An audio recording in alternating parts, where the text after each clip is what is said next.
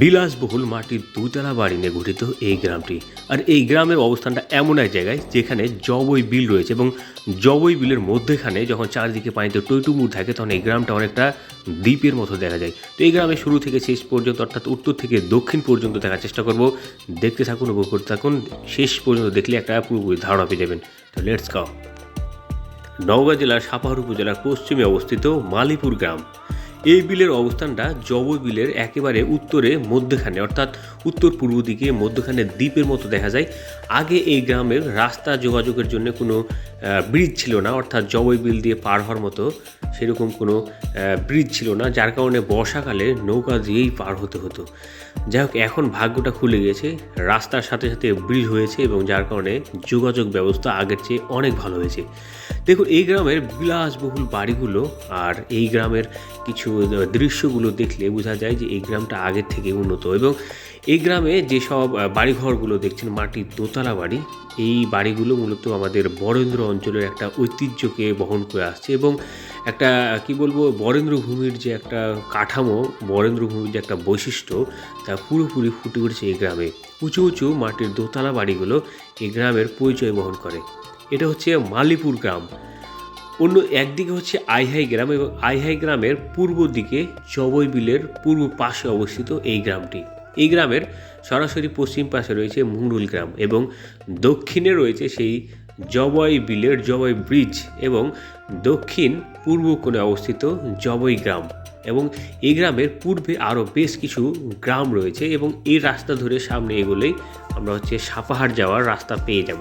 অর্থাৎ এই গ্রামের মূল রাস্তা হচ্ছে এটাই। তো আমরা সোজা যাচ্ছি এবং আপনাদের দেখার চেষ্টা করছি। প্রিয় দর্শক, এই গ্রামের অবস্থানটা এবং এই গ্রামের যে বৈশিষ্ট্যগুলো সত্যি চমৎকার, অবাক না হয়ে কোনো কারণ নেই। কারণ বিশেষ করে এই গ্রামে আগে মানুষ প্রয়োজন ছাড়া কখনো আসতো না এবং যারা হচ্ছে এখানে যাদের আত্মীয় স্বজন রয়েছে তারাই শুধুমাত্র আসতো। কারণ এই গ্রামটা অনেকটা ব্যাক সাইডে এবং এই যে পাকা রাস্তাটা দেখছেন, এই রাস্তাটা কিন্তু আগে ছিল না।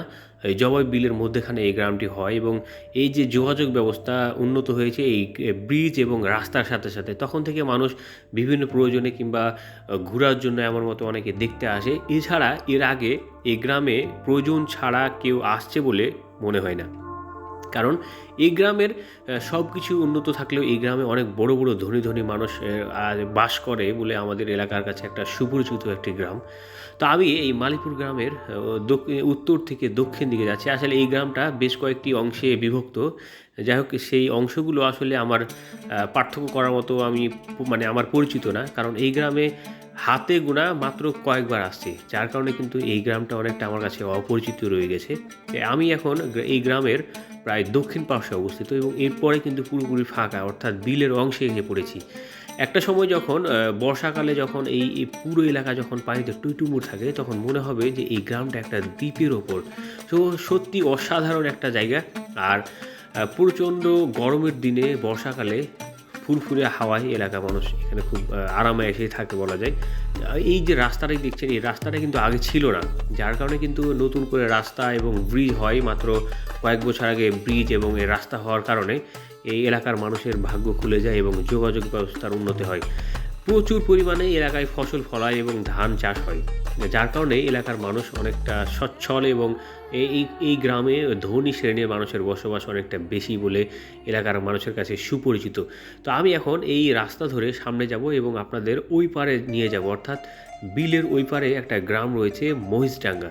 তো আমি সেই পারে যাব এবং পরবর্তীতে সেই ব্লগগুলো থাকবে, দেখার আমন্ত্রণ রইল। প্রিয় দর্শক, আসলে নওগাঁ জেলার আমাদের বরেন্দ্র এলাকার কাঠামোগুলো, অবস্থানগুলো এবং বৈশিষ্ট্য একেবারে বাংলাদেশের অন্য এলাকা থেকে একেবারেই আলাদা।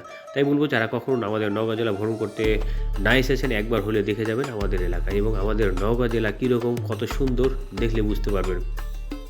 ভিডিওটি কেমন লাগলো আপনার মতামত জানিয়ে দিন। আর এরকম টাইপের আরও ভিডিও পেতে চাইলে কমেন্টে জানান। আপনার মতামতের ভিত্তিতে পরবর্তীতে আপনার পছন্দের জায়গাটির ভিডিও তুলে ধরা হবে।